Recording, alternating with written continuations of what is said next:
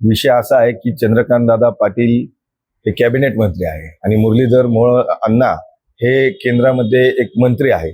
आता यांच्याबद्दल बोलायचं म्हटलं तर आपण तेवढं त्यांची हे पाहिजे, लेवल पाहिजे. ठीक आहे, आता ते बोलतात, पण ह्यांनीच त्यांना संधी दिली होती ना.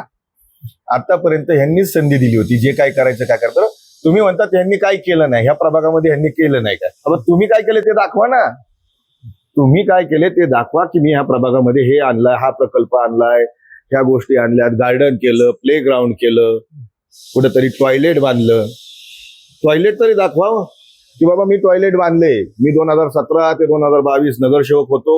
त्यानंतर परत पुणे महानगरपालिकेचा माजी सदस्य म्हणून मला आतापर्यंत 2024 पर्यंत तिथं सभागृहामध्ये मला स्थान होतं. मी बजेट मागू शकत होतो, आणू शकत होतो.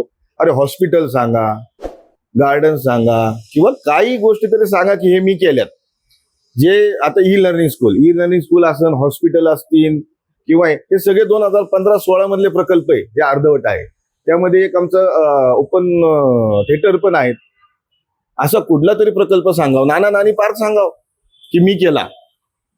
2017 ते 2024 मध्ये मी हे प्रकल्प बाणेर, बालेवाडी, येवन, सुतारवाडी, पाषाण, सोमेश्वरवाडी या ठिकाणी मी केले.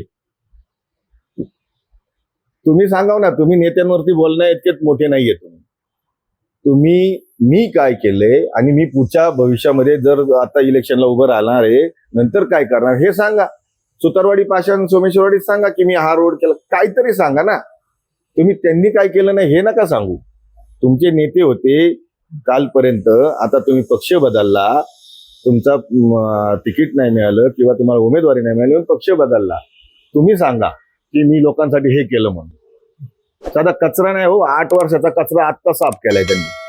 आत्ता म्हणे मी 50 किलोमीटर, 100 किलोमीटर, 200 किलोमीटर साफसफाई केली, काहीतरी इव्हेंट केला कचरा उचलण्याचा. पण 8 वर्ष काय केलं? 8 वर्ष ही माझे या प्रभागातील जनता कचरा कधी उचलतात हे पाहतच होते. प्रशासन उचलतच होतं ना कचरा.